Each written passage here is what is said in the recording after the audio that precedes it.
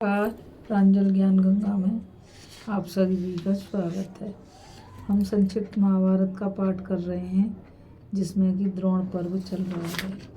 कल हमने कथा में अभिमन्यु के द्वारा कौरव सेना के कई प्रमुख वीरों का संहार की कथा को पढ़ा था।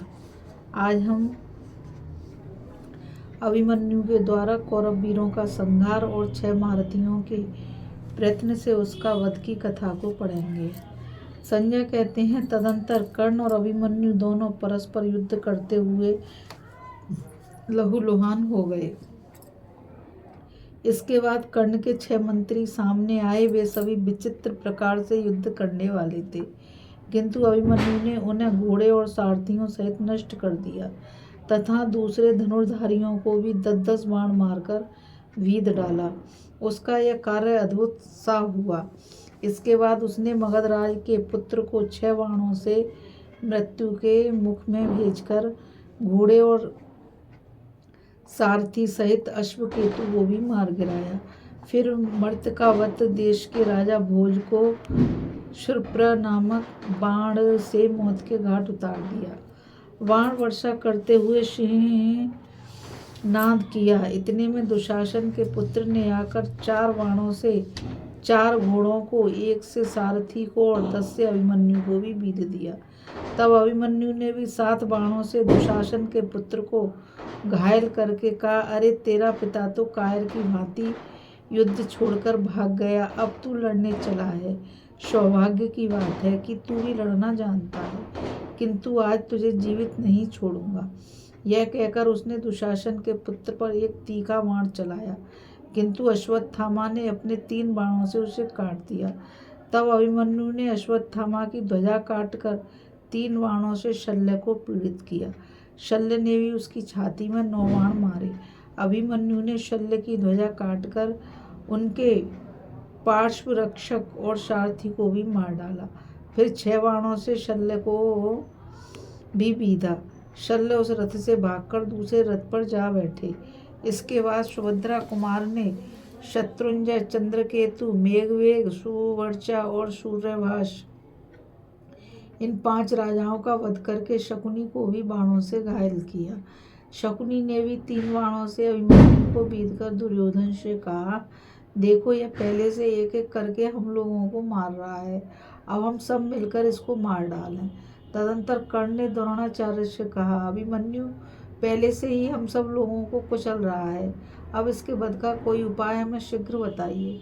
तब महान धनुर्धर द्रोण ने सब लोगों से कहा, इस पांडव नंदन की फुर्ती तो देखो, बाणों को चढ़ाते और छोड़ते समय इस रथमार्ग में केवल इसका मंडलाकार धनुष ही दिखाई पड़ता है, वह स्वयं कहाँ है इसका पता नहीं चलता।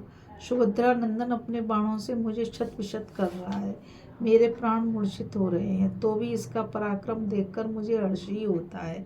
अपने हाथों की फुर्ती के कारण यह समस्त दिशाओं में बाणों की वर्षा कर रहा है।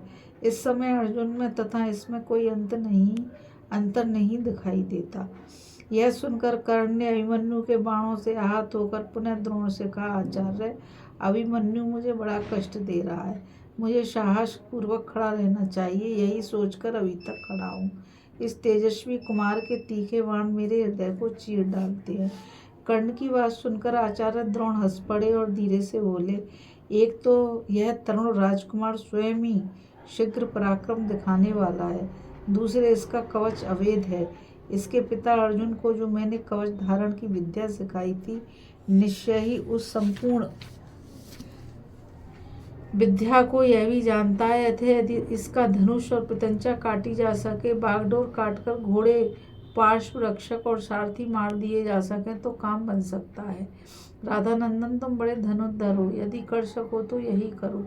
सब प्रकार से असहाय करके इसे रण से भगाओ और पीछे से प्रहार करो। यदि इसके हाथ में धनुष रहा तो देवता असुर भी इसे नहीं जीत सकते। आचार्य की बात सुनकर कर्ण ने बाणों से अभिमन्यु के धनुष को काट डाला। कृतवर्मा ने उसके घोड़े को और कृपाचार्य ने पार्श्व रक्षक तथा सारथी को मार डाला। उसे धनुष और रथ से हीन देख बाकी महारथी लोग बड़ी शीघ्रता से उस पर बाण वर्षाने लगे। एक ओर 6 महारथी थे, दूसरी ओर असहाय अभिमन्यु, तो भी ये निर्दयी उस अकेले बालक पर बाण वर्षा कर रहे थे। धनुष कट गया, रथ से हाथ धोना पड़ा, तो भी उसने अपने धर्म का पालन किया। हाथ में ढाल तलवार लेकर वह तेजस्वी बालक आकाश में उछल पड़ा।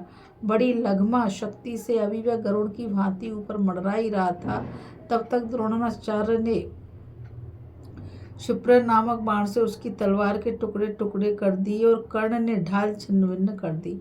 अब उसके हाथ में तलवार भी ना रही, सारे अंगों में बाण धसे हुए थे। उसी दशा में वह आकाश से उतरा और क्रोध में भरकर चक्र हाथ में लिए द्रोणाचार्य पर झपटा। बोलो श्री अभिमन्यु की जय, महान योद्धा की जय। उस समय वह चक्रधारी भगवान विष्णु की भांति शोभायमान हो रहा था। बोलो श्री विष्णु भगवान की जय। उसे देखकर राजा लोग बहुत डर गए और सबने मिलकर उसके चक्र के टुकड़े टुकड़े कर दिए। तब महारथी अभिमन्यु ने बहुत बड़ी गदा हाथ में ले ली और अश्वत्थामा पर चलाई। जलते हुए वज्र के समान उस गदा को आते देख अश्वत्थामा रथ से उतरकर 3 कदम पीछे हट गया। गदा की चोट से उसके घोड़े, पार्श्व रक्षक, सारथी मारे गए। इसके बाद अभिमन्यु ने शुबल के पुत्र कालकेय को तथा उसके अनुचर 76 गंधारों को मौत के घाट उतारा। फिर 10 वशातीय महारथियों को तथा 7 केकई महारथियों का संहार कर 10 हाथियों को मार डाला। तत्पश्चात दुशासन कुमार के रथ और घोड़ों को गदा से चूर कर डाला। इससे दुशासन के पुत्र को बड़ा क्रोध हुआ और वह भी गदा उठाकर अभिमन्यु की ओर दौड़ा। फिर तो दोनों एक दूसरे को मारने की इच्छा से परस्पर प्रहार करने लगे। दोनों पर गदा के अग्रभाग की चोट पड़ी और दोनों साथ ही पृथ्वी पर गिर पड़े। दुशासन कुमार पहले उठा और अभिमन्यु अभी उठ ही रहा था कि उसने उसके मस्तिष्क पर गदा मारी। उसके प्रचंड आघात से अभिमन्यु पुनः बेहोश हो गए। महाराज, इस प्रकार उस एक बालक को बहुत से लोगों ने मिलकर मारा। आकाश से टूटकर गिरे हुए चंद्रमा की भांति उस शूरवीर को रणभूमि में गिरा देख अंतरिक्ष में खड़े हुए प्राणी भी हाहाकार करने लगे। सबने एक स्वर से कहा, द्रोण और कर्ण जैसे 6 प्रधान महारथियों ने मिलकर इस अकेले बालक का वध किया है, इसे हम लोग धर्म नहीं मानते। चंद्रमा और सूर्य के तुल्य कांतिमान अभिमन्यु को इस प्रकार पड़ा देख आपके योद्धाओं को बड़ा हर्ष हुआ और पांडवों के हृदय में बड़ी पीड़ा हुई। राजन, अभिमन्यु अभी बालक था, युवावस्था में उसका पदार्पण नहीं हुआ था। उस वीर के मरते ही युधिष्ठिर के देखते देखते संपूर्ण पांडव सेना भाग चली।